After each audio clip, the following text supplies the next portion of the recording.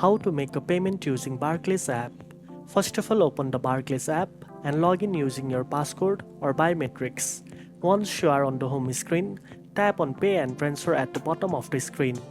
Next, tap on Pay or Recent or New Payee. Then choose the account you want to pay from. After that, you will see the option to add or select payee. If you have paid the person before, just select your name from the list.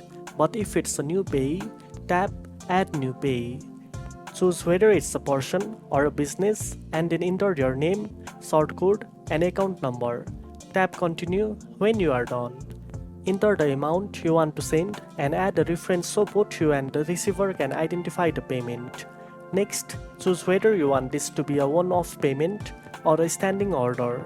Tap Review Payment, check the details carefully, and if everything looks good, tap Confirm Payment. If you are paying someone for the first time, the app might ask you to enter your debit card details for security. Just follow the prompts and complete the verification.